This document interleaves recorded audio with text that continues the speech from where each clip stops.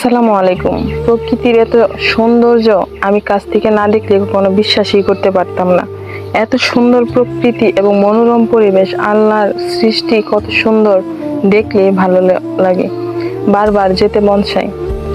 আর আমার অনেক দিনের ইচ্ছা, আমি পুরো দেশ ঘুরে দেখব, বিভিন্ন জায়গায় ট্যুর দিব, কিন্তু কেন যেন না হয়ে উঠছে না, কারণ শরীরে সবসময় অসুস্থ থাকে, কখনোই সুস্থ থাকে না যে আমি ট্যুর দিব। আর সেই জন্য আমি চাইলেও যাইতে পারি না। অনেকদিন পর হঠাৎ করে আমি প্ল্যান করলাম যে আমি রাঙামাটি যাব, যে প্ল্যান সেই কাজ।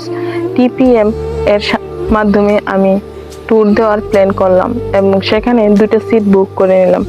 আমরা এই যে জায়গাটা দেখতে পাচ্ছেন, এটা কুমিল্লার এদিকে, আর এটা হচ্ছে চট্টগ্রামের এদিকে। এত সুন্দর পরিবেশ, মনোমুগ্ধকর, মানে দেখলেই প্রাণ জুড়িয়ে যায়, মন জুড়িয়ে যায়, ইচ্ছে করে সব সময় এখানেই থেকে যায়। চারপাশে পাহাড় আর ঢালু রাস্তা, আঁকাবাঁকা রাস্তা, এত সুন্দর এবং মনোরম পরিবেশ। বারবার আমার একটা কথাই বলতে ইচ্ছে করতেছে যে এত সুন্দর পরিবেশ দেখলেই মনটা ভরে যায়। চারদিকে পানি, কাপ্তাই লেক, আর চারপাশে পাহাড়, এত উঁচু উঁচু পাহাড় দেখলেই মুগ্ধ হয়ে যায়।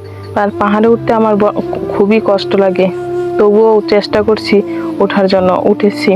আর এত বেশি শরীরটা ক্লান্ত ছিল যে ভিডিও ক্লিপ নিব সেই সুযোগ এবং সৌভাগ্য কোনোটাই হয়ে ওঠে নাই।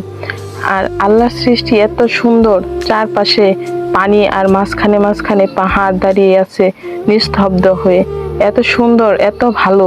আর আমার চেহারাটা তো দেখতেই পাচ্ছেন, এতটাই ক্লান্ত ছিলাম আমি, আর মাথা ব্যথায় অস্থির হয়ে গিয়েছিল। পুরোটা জার্নি আমার খুবই কষ্ট হয়েছে। যারা যারা এই পাহাড় ভালোবাসেন, সমুদ্র ভালোবাসেন, তারা অবশ্যই ঘুরে আসবেন। আর আমার সব বরাবরের মতো